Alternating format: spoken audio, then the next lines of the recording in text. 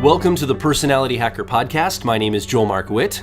And I'm Antonia Dodge. And I'd like to start this podcast out by reading an excerpt from one of my favorite books of all time called Prometheus Rising by Robert Anton Wilson.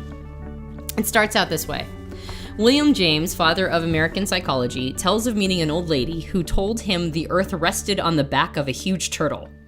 But my dear lady, Professor James asked, as politely as possible, what holds up the turtle? Ah, she said, that's easy. He is standing on the back of another turtle. Oh, I see, said Professor James, still being polite. But would you be so good as to tell me what holds up the second turtle? It's no use, Professor, said the old lady, realizing he was trying to lead her into a logical trap. It's turtles, turtles, turtles, all the way. Don't be too quick to laugh at this little old lady. All human minds work on fundamentally similar principles. Her universe was a little bit weirder than most, but it was built up on the same mental principles as every other universe people have believed in. As Dr. Leonard Orr has noted, the human mind behaves as if it were divided into two parts, the thinker and the prover. What the thinker thinks, the prover proves. Say that again. What the thinker thinks, the prover proves. That's good. Yeah.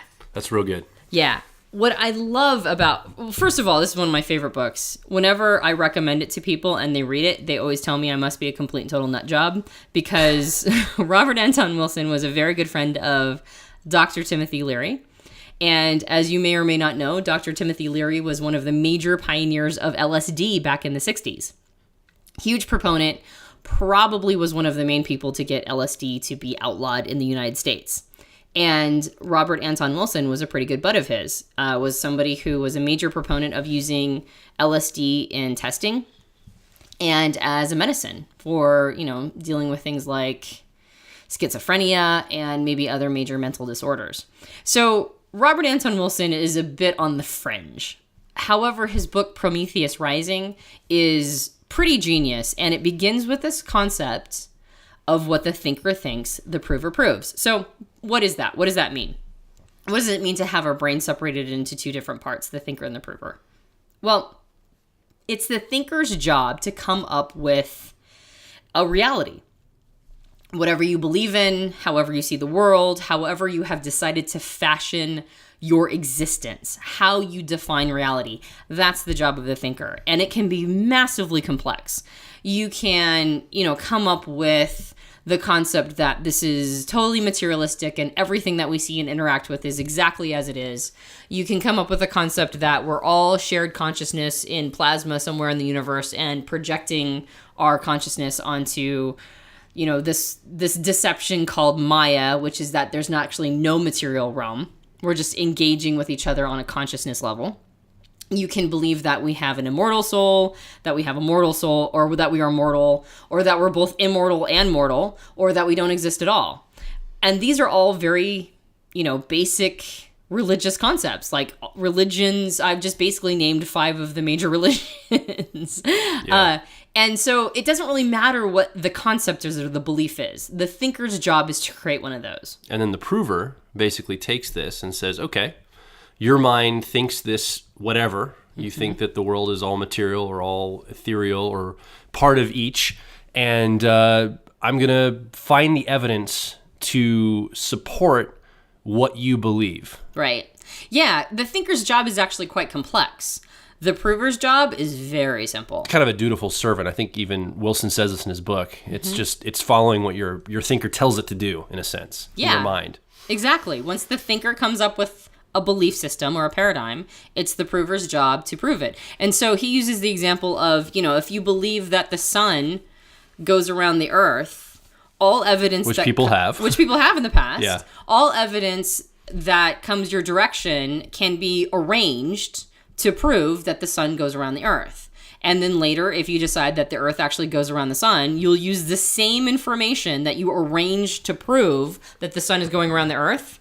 You'll just rearrange it to prove now that the earth is going around the sun. It's the same information, it's the same content, but it's a matter of arranging it to support the belief. And probably in a more, bring it down to home level, that person in your office or the person you interface with at work, you believe in your heart of hearts they don't like you and they're talking smack about you behind your back.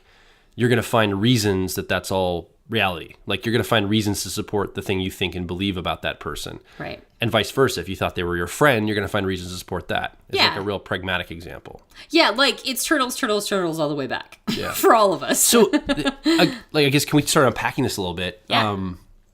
That begs the question then, how do we make our way in the world? Because if our prover is proving whatever we think, then that means that whatever we think is our reality, right? Or, I mean, I'm kind of being facetious. That's kind of how I think. But for our audience sake, I'm kind of saying that out loud because that's a thought that in the past I've grappled with. Like, holy crap, like, can I change my reality by what I think? Am I limited in any way? And I have a tendency to think I am, at least right now, talking to you in this podcast. I feel like I'm in a room with a microphone recording a podcast, and this is reality. I'm sitting at a desk, we're sitting at a table desk that I can put my hands on. It feels very real to me. Right. But is this just me proving something that I'm believing is real, or is this actually reality? Right. And how do we know the difference? Yeah. That's my big question. It's an intriguing question. I don't think anybody has the answer for that, obviously, but... Well, and that's kind of the point, isn't it? That I'm behaving the same way. I'm behaving as if I'm sitting across from you with a microphone in front of me, leaning on a desk, recording a podcast. I'm behaving the exact same way. You and I are both behaving as if this is reality. Yeah. And so this is our shared reality. Now, I guess ostensibly, we could be in some shared consciousness in plasma in some part of the universe, and we're both projecting this interaction with each other, which is what some paradigms or belief systems or ways of seeing reality would state. And yet you and I are still behaving as if this is all empirical truth. And so that's a really intriguing question. How can we know what we're actually engaged in here? And that gets pretty metaphysical. Yeah. Like that goes to like a really meta place where we're now in a 20 to 30 minute podcast tackling the nature of reality, like completely. And I think that is a really intriguing question. I think it's a question that nobody should take for granted and should definitely pursue for themselves. How useful is it? Yeah, I think I'm more interested in how useful a belief is. Yeah. And when I think about the concept of what the thinker thinks the prover proves, what that takes me to is this idea that a mentor taught to me about being on autopilot. He mentioned that everybody that he knows, everybody in the world is on autopilot. And by the time you get to the point of making a decision, you actually already made that decision like 10 decisions ago. Yeah. You just don't know it. And so we enter the world as if we are free, like we have complete free will, that we're all making our choices as they come to us. And we have this full sense of autonomy, right? Especially in countries like, the United States where we're at. Yeah. We're in a first world country. We have a lot of civil freedoms. We have a lot of, basic freedoms that people have never experienced in the past and don't in other countries. So we, in particular, have this inflated sense of self-direction. Yeah.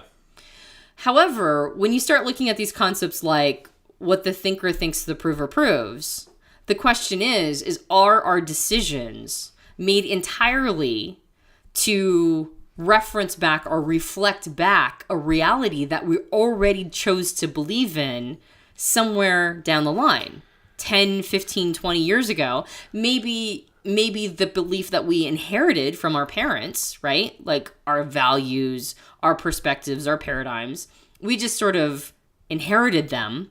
And 30, 35, 40 years later, we're still making choices that are meant to reflect back the truthfulness of that belief. Our prover is still trying to prove what the thinker thinks. And I think the challenge here, from my perspective, is that we have so much attachment to what we think as people. I mean, I do this all the time, and I know other people do as well.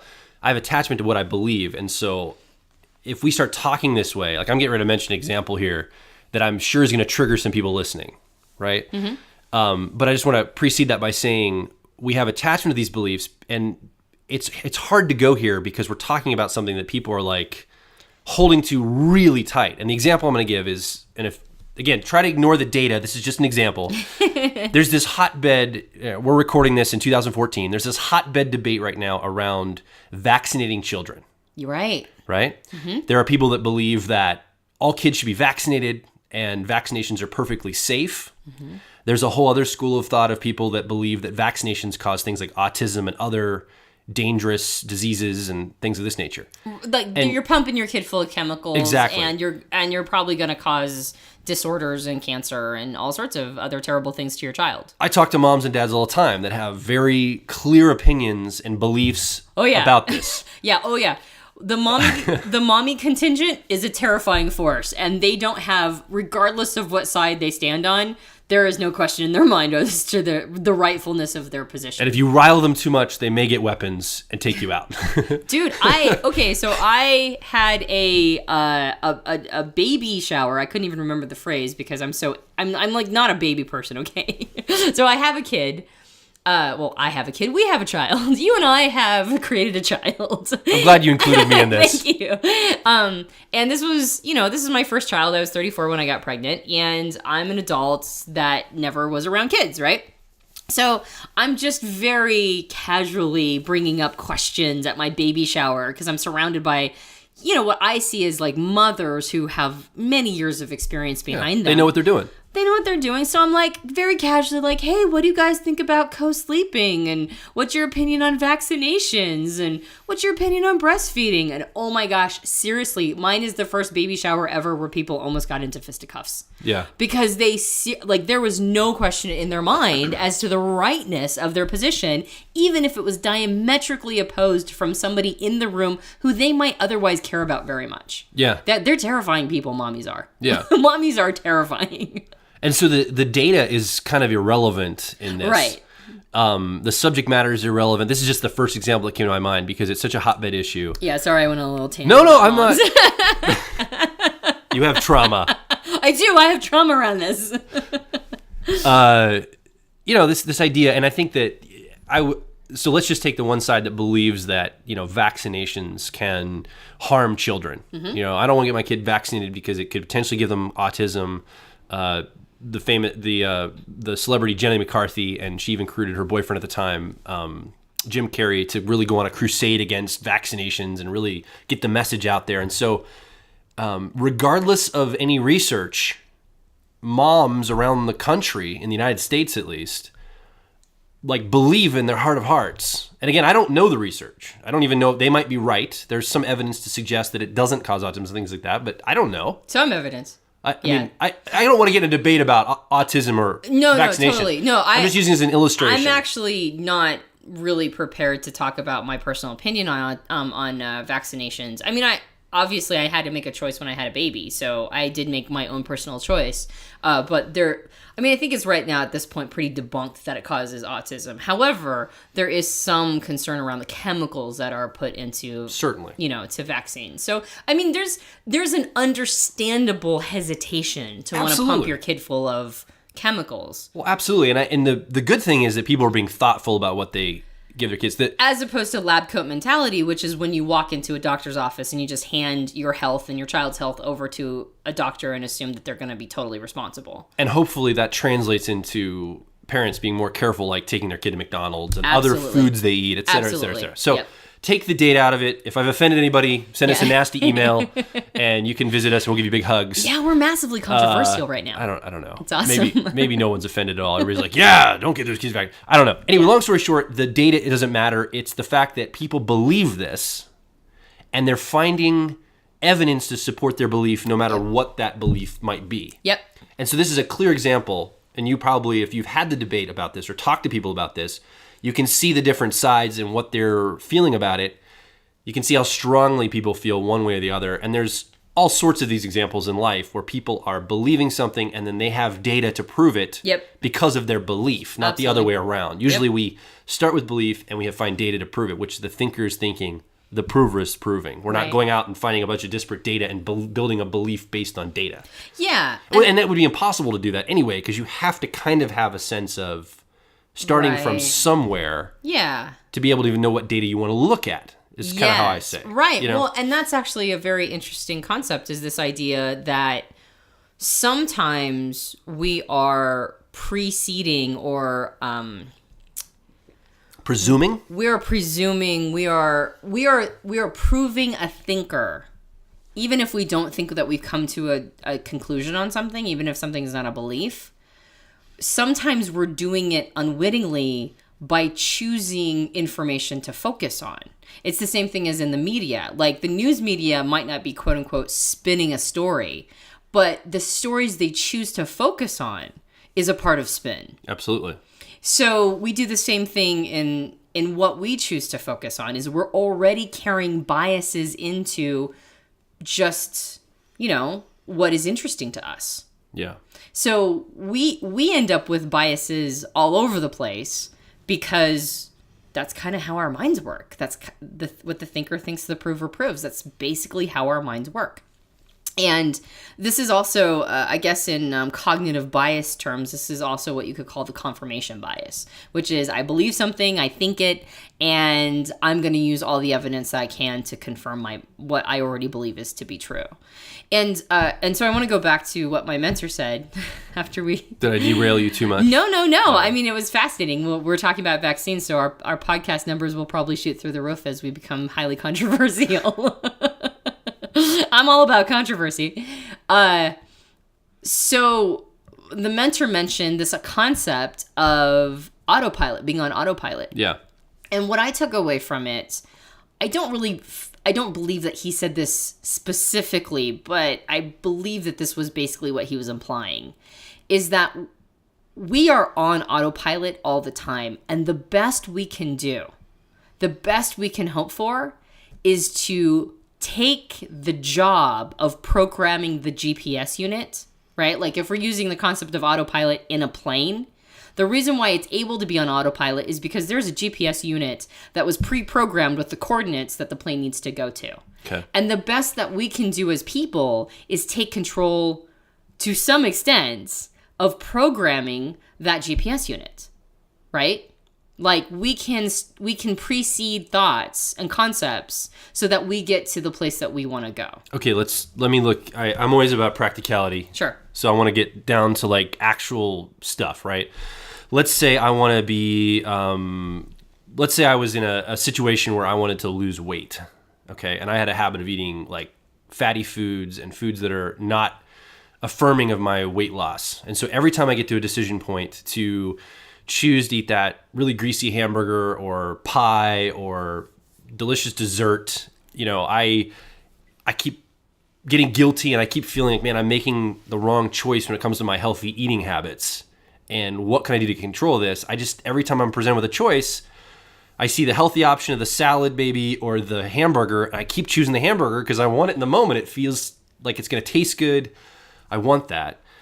What you're talking about is backing up a little ways. And instead of waiting till the moment I get to sit down at the table at the restaurant with the menu open, you're saying, what you're saying is I've already made the choice to buy the burger, to get the burger and eat the burger long ago, maybe days, weeks, months, years ago, potentially, by the time I get to that decision point. And what you're saying is precede circumstances, decisions now that a week from now, when you sit down at that table and you open that menu, you're going to make the choice that you actually really authentically want to make or that really makes sense to you.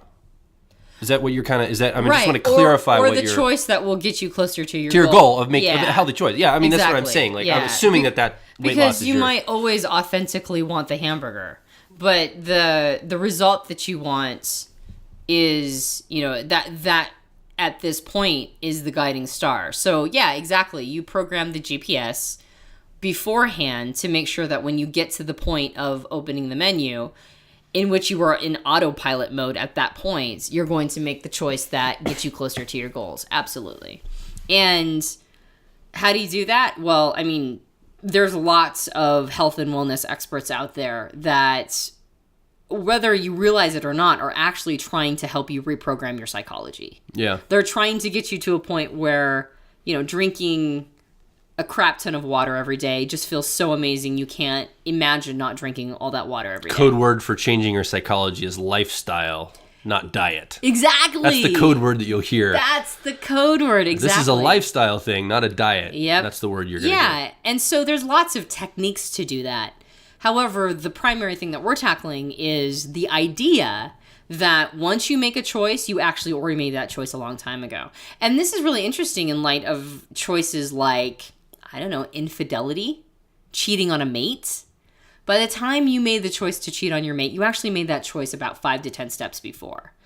And it doesn't really feel that way. Like, it feels like you decided in the moment. Every choice we make feels very self-directed. It really feels like we're making that choice then and there. The reality is, though, that we create systems in our life where things are the inevitable emergent. We create a system in our life where our choices and actions are an inevitable emergent. And what that means is we design or fashion our life in a way where the result is like we couldn't have had any other result. Yeah. That was the result. If you're talking about infidelity, the person crafted their minds, their relationship with their mates, their relationship with maybe their job, their or circumstance, their parents, or their circumstance, or their paradigm. Yeah. They crafted their life in a way where they couldn't make any other decision but to cheat. So then the question of responsibility comes into place, right? Like, am I not responsible for my actions then?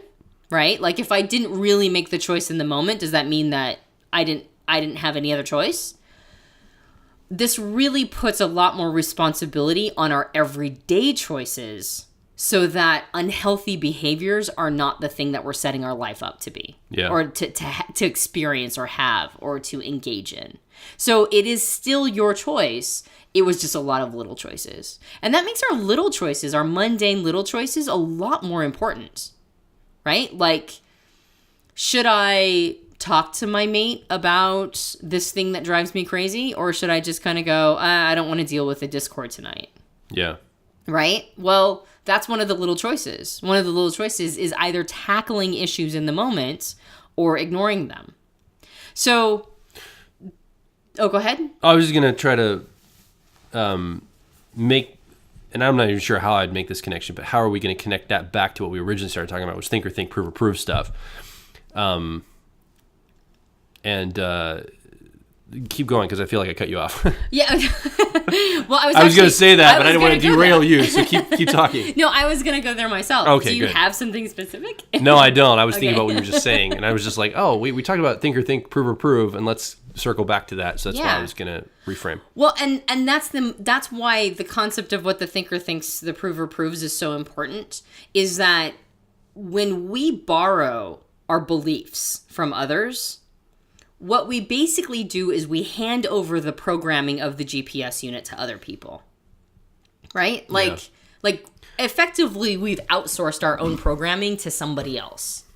And when moments of truth arise, right? Like when we get to a point when we are asking ourselves, why did we make that terrible decision?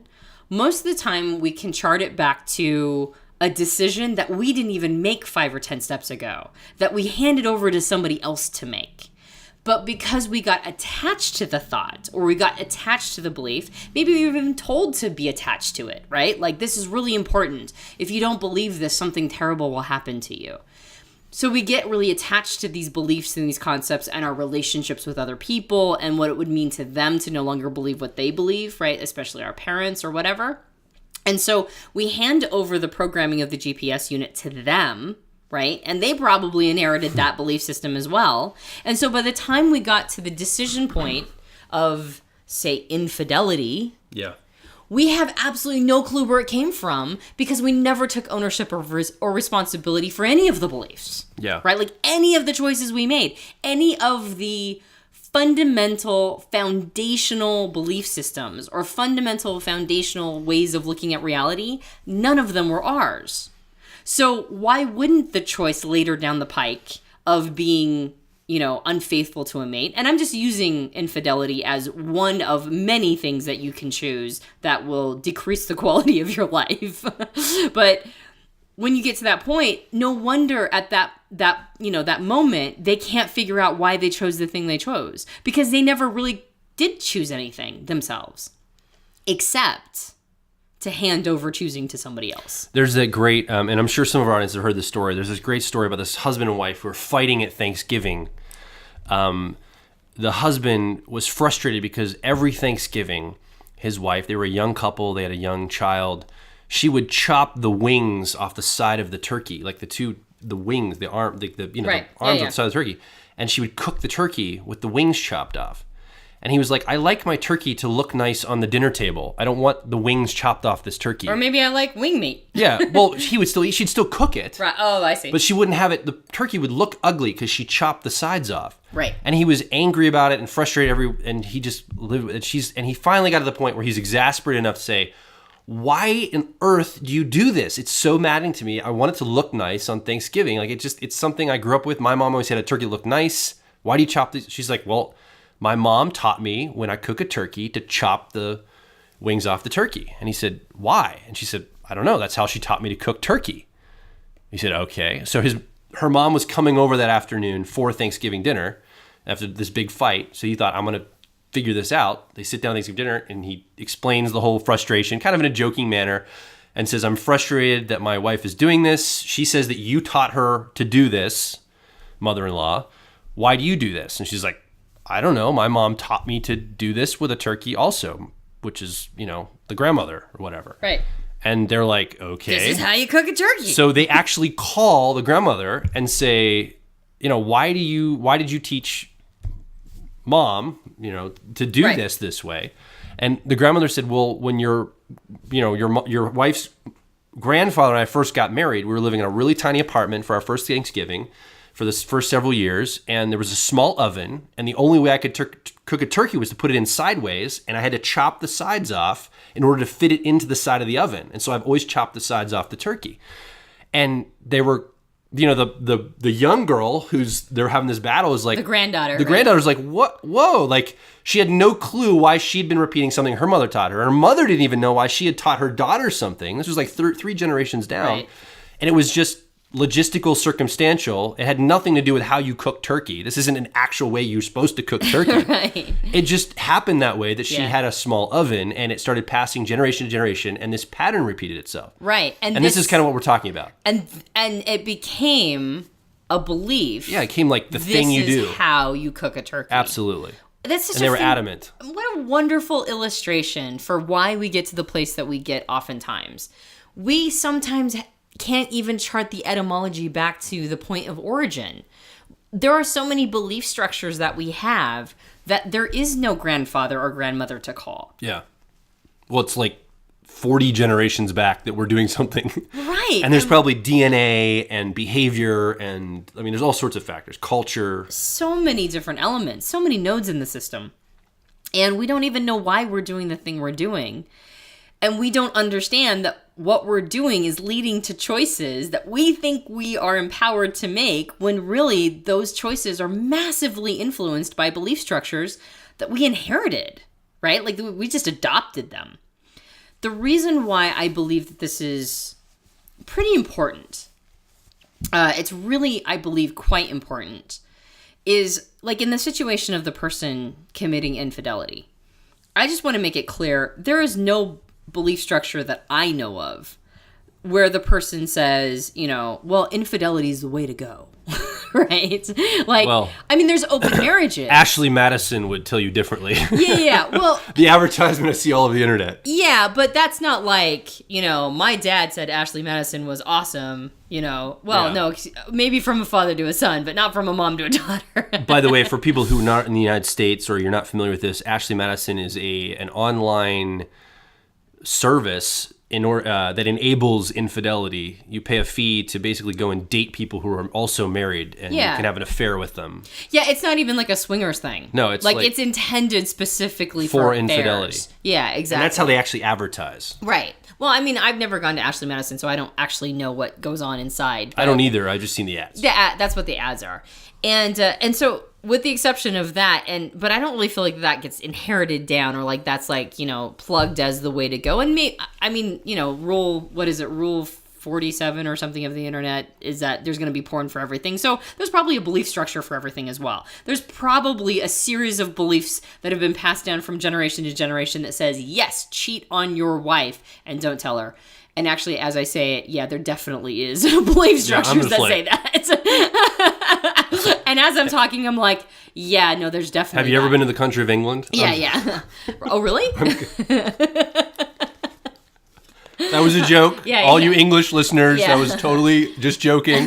Well, and when you say that, I actually think of like, you know, the concepts that I've always had of like aristocracy and like having a mistress on the side, right? So that's probably why you refer to England and every other country that's ever had an aristocracy. So yes, definitely there are. Okay, so I just wiped out all our English listeners. Yeah, it's done. Nice knowing you guys. Thanks for listening. Come back in 6 months, maybe we're better. So that said, when I'm talking about the person that commits infidelity, I'm actually not talking about one of those guys, right? Yeah. Or one of those women.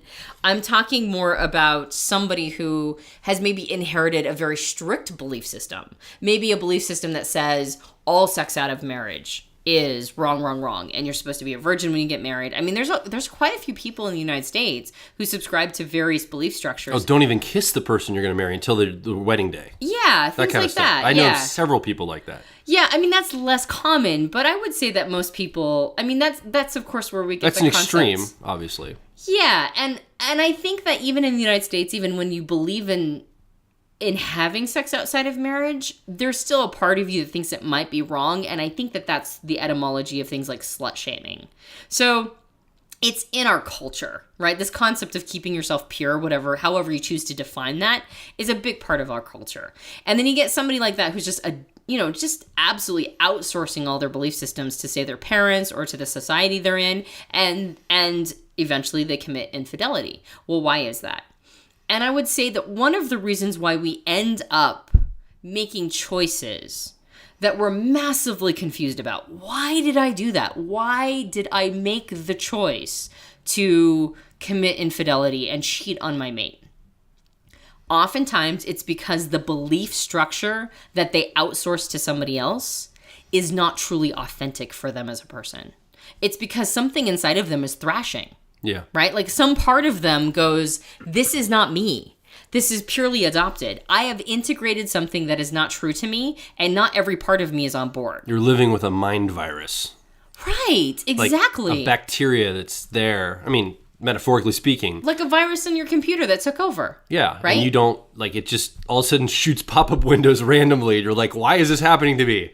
Right, and that person committed infidelity not because it had anything to do with their mate necessarily, but because they were thrashing against perspectives and paradigms that they, at this point, feel oppressed by, even if they can't consciously, admit that, because they outsourced all of them. However, what the thinker thinks, the prover proves. So through the entire process, they're still attempting to prove that belief system, that reality tunnel, whatever you want to call it, with evidence, even though internally it's creating turmoil. Certainly. So I think one of the reasons why I find this concept of what the thinker thinks, the prover proves to be so important and useful and so massively useful is this concept of you're doing it right now. I'm doing it right now.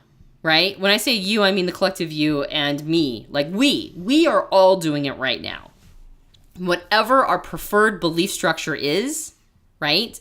We are looking for all the evidence to support it. That's how the mind works.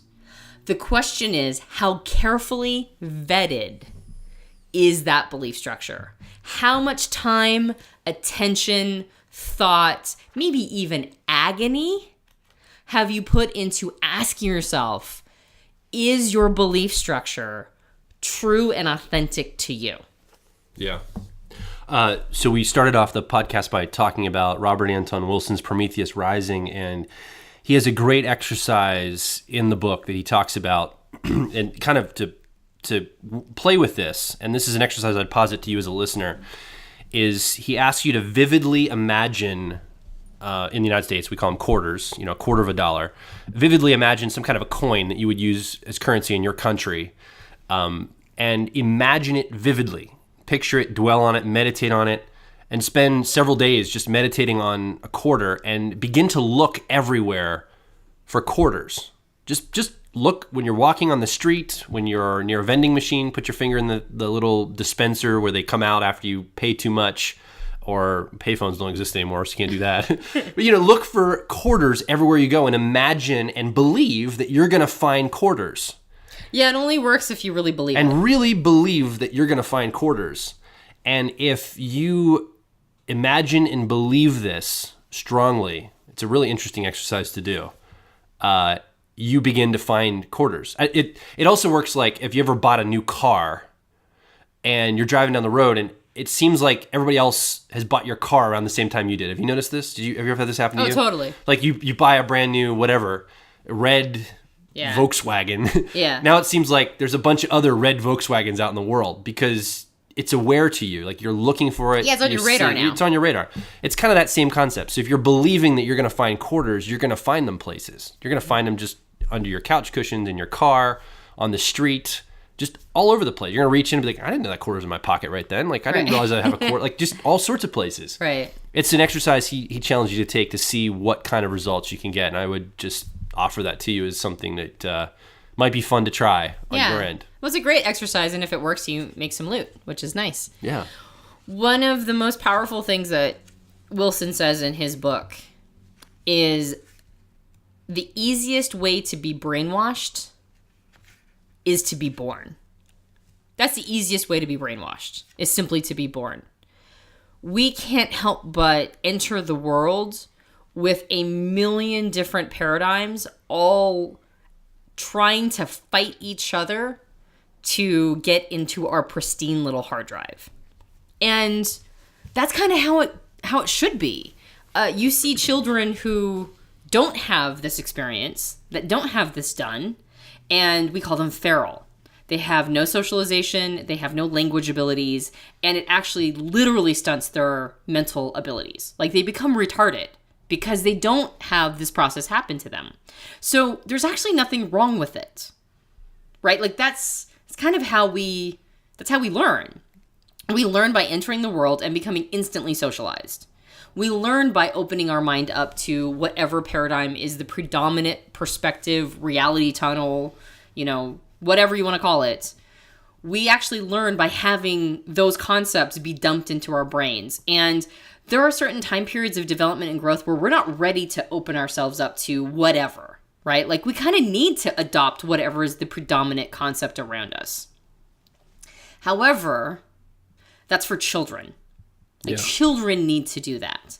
And admittedly, we're going to probably carry biases throughout our entire life that are based on even simply language. There's a fascinating book called Language in Thought and Action by S.I. Hayakawa. And in the book, he illustrates how our entire minds are wired differently based on whether or not we are taught Western languages or Eastern languages. He's Japanese. He's from Asia. Chinese, I believe. Is he Chinese? I thought Japanese. And he was the child of Chinese immigrants, and I believe it was Chinese. And you have me questioning. I don't know. He's from Asia. Yeah. There's a big difference between China and Japan, obviously. Yeah. So I believe he was Chinese, but anyway, I could be wrong. Anyway, his parents were native, and so taught him to speak Chinese, but he was raised in the United States. And he actually, because he thought this was so fascinating, and he broke down the languages and the concepts, and he really observed that the wiring, like the fundamental wiring, was different between the two cultures. He discovered that a part of it was in language, Japanese ancestry. Yeah, he was actually from Japan. Hayakawa, that sounds like a Japanese name, doesn't it? That makes so much sense. Anyway, Japanese. You just say I was right. You were totally right. I love hearing that. I know. I love it. You're totally right. So there is some evidence to indicate that even the language that we're taught growing up is going to change the way that our brains are wired at the baseline. Yeah. And then, of course, everything else comes on top of that. So we are all biased. Yeah. We can't help it. That's just how we are made, right? Like that's how progress and learning happens, is to start out with a bias. There's nothing wrong with starting out with a bias. We are all brainwashed because that's how it works. However, as an adult, if you're looking around the choices you're making, if you're looking at the life that you believe that you have designed, ask yourself, first of all, are you satisfied with this life? And second of all, did you actually choose it? Yeah. Or did you outsource your choices to somebody else? And if you did outsource your choices to somebody else, what is something that you can do to empower yourself to go back to that GPS unit and give it programming that will set you on a trajectory that gets you what you want? I had this really visceral experience of coming downstairs. It was about 2 weeks ago. You and our baby Piper, who's about almost 2, were laying on the couch together. And I came down around the corner. I had seen you guys from like the top of the stairs. I'd come down the stairs and I'd stopped. I think you guys were like taking a nap. You guys were resting, right? She was kind of falling asleep. I think you were watching Winnie the Pooh or something. And always. And I was sitting there and I kind of looked at you and I looked around and I saw some of the things that we have in our house and some of the books on the bookshelf. And I was just thinking and reflecting back on my life and where I'm at. And I'm married to you and I have this beautiful baby. And I have 2 other children from a previous marriage that I love dearly. And I was thinking to myself, like, wow, I'm really excited that I created this life. Like, there have been programmings that have come, but I have made choices that have led me to be in a really great space with someone who I'm absolutely in love with. We have a baby together and we have a great life. We've got a great business and we get to talk and meet awesome people. And I remember thinking kind of these thoughts, like, I made choices years ago that have led me to this moment right here, to be sitting and looking at my wife and my child and looking at the life that I'm living. And I'm really grateful that I made the choices that got me to the place where I'm at. And I think the key takeaway from everything we've talked about today is that, no matter what your life circumstance is, you might be in a great space, kind of like what I just described, where you're very happy and you're happy with the choices you've made up till now. Or you might be in a place where you might want to change some stuff about that, or you might be in a place that's not real great and you feel like, man, I really wish my life was different. There are everyday little actions that we can begin to take and change the way we think that our prover will then go and prove and make different for us as we go forward. And I think that's really the message that I take away from what our discussion is today personally, is that I may not have immediate control. I can't fix everything in the moment. I can't change my entire world like winning the lottery type situation, metaphorically speaking. But I can begin to make really smart choices that will begin to carry me down a path and continue to make life-affirming choices and really positive choices to move toward what I want ultimately in my life. So I begin to think differently. I begin to change the way I believe, change the way I interact. And those little changes, those little nuance changes, those little tweaks in my life, I have control over now to be able to get to a place where I want to be in the future. And sometimes it takes some patience there, but it really matters. And I think over, probably these podcasts we'll talk about, we keep talking about different ways to do that. And we're going to be talking about lots of different strategies for that and stuff like that. But this principle of whatever you think, whatever you believe, your prover, that little prover inside of you is going to go to work to dutifully prove that. So be very conscious about the things that you're allowing to be in your mind, the things you believe and the things you think, because your prover is going to prove whatever those are. And those can be altered. Those can be changed. Sometimes it's more difficult than others, but it can be altered and changed. And you do have some control over that. Yeah. I started this out by reading an excerpt from my favorite book. I want to end it by reading a quote from your Facebook page. It's not my quote, though, is it? It's not your quote. Yeah. It is a quote that you've got on your Facebook page because, I don't know, is this one of your favorite quotes? I love this quote. This is kind of how I see everything now. Do you want to do the honors? Sure. So this is a quote from Jack Kornfield. Every facet, every department of your mind is to be programmed by you. And unless you assume your rightful responsibility and begin to program your own mind, the world will program it for you. So I think that's really powerful. I have it on the top of my Facebook page because it's a reminder to me that what I'm living right now is because I programmed before. And so what I want in the future is going to be because I program now. Absolutely. And I think that that's fundamentally the message of this podcast is get thee to programming. Yeah.